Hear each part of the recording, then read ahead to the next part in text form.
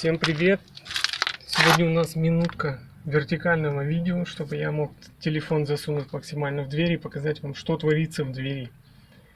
Машине 6 лет, пробег общий 85 тысяч километров, 900 километров всего она пробежная по России. Вот смотрим, что у нас из Японии творится в дверях. То есть вот он, поверхностный рыжик. Вот неповерхностный рыжик. Вот там на усилителе тоже ржавчина. Вот здесь на усилителе, не знаю, насколько вам видно, тоже ржавчина. Вот здесь очень много ржавчины. Там у нас место точечной сварки.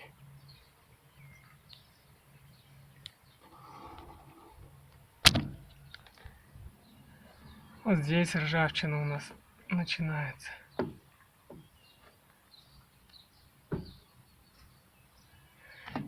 Вот, машина только из Японии.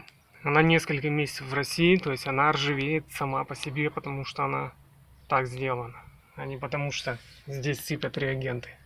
Но в том числе потом она будет еще гнить и по причине реагентов, но изначально такое качество заложено производителем. Что мы будем делать с этим? Я заказал антикоррозийный состав ML, я его потом в ролике покажу. Будем скрытые полости обрабатывать, то есть прольем все здесь, обязательно прольем вот этот шов. То, что у нас внизу, куда все стекает, вот там под усилителем, мы тоже все обязательно зальем. Вот, но так как было принято решение делать шумовиброизоляцию, сначала я завиброизолирую дверь. Об этом будет у меня отдельный ролик на канале. Вот. И вторым этапом уже после этого можно будет обрабатывать консервирующим составом. То есть все буду показывать. Для обработки скрытых полостей в этот раз я решил попробовать новинку. Вот такой препарат ML. Кто не знает, что такое препараты типа ML, погуглите. Он позиционируется как консервант, который имеет право на жизнь. Это лучше, как заявляет производитель, по крайней мере, это лучше, чем Мовиль. Обычно я использовал Мовиль. Мовиль стоит в разы дешевле. Но в этот раз я решил проэкспериментировать, проверить, что такое ML. И самое главное его преимущество, которое заявляет производитель, это удержание на вертикальных поверхностях.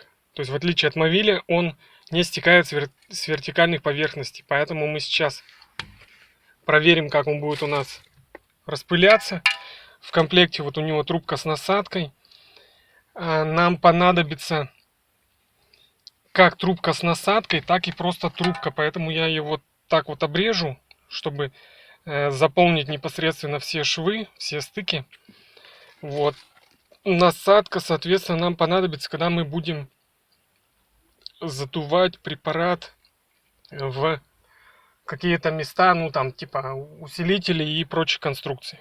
Вот, иначе у нас весь препарат будет лететь непонятно куда. Поэтому я трубку обрежу и буду наносить адреса. Но для этого нам сначала надо некоторые конструкции будет оклеить малярным скотчем. Соответственно, сам низ двери, где дренажное отверстие, я тоже заклею, чтобы не обгадиться, чтобы у меня это все не потекло вдруг. Вот, продолжаем. Вот так вот мы закрыли дренажное отверстие. Обязательно нужно замотать контакты динамиков.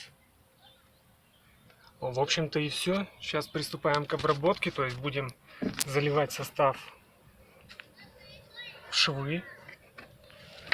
Обязательно самый важный шов вот этот вниз и внутрь вот этой конструкции.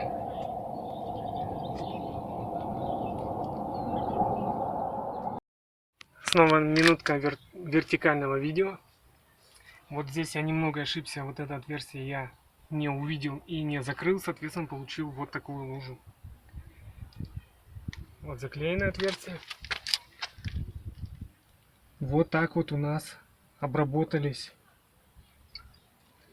внутренние поверхности.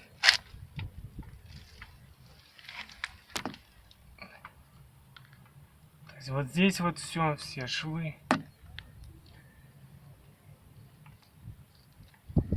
Все обработалось и стекло вниз и продолжает стекать.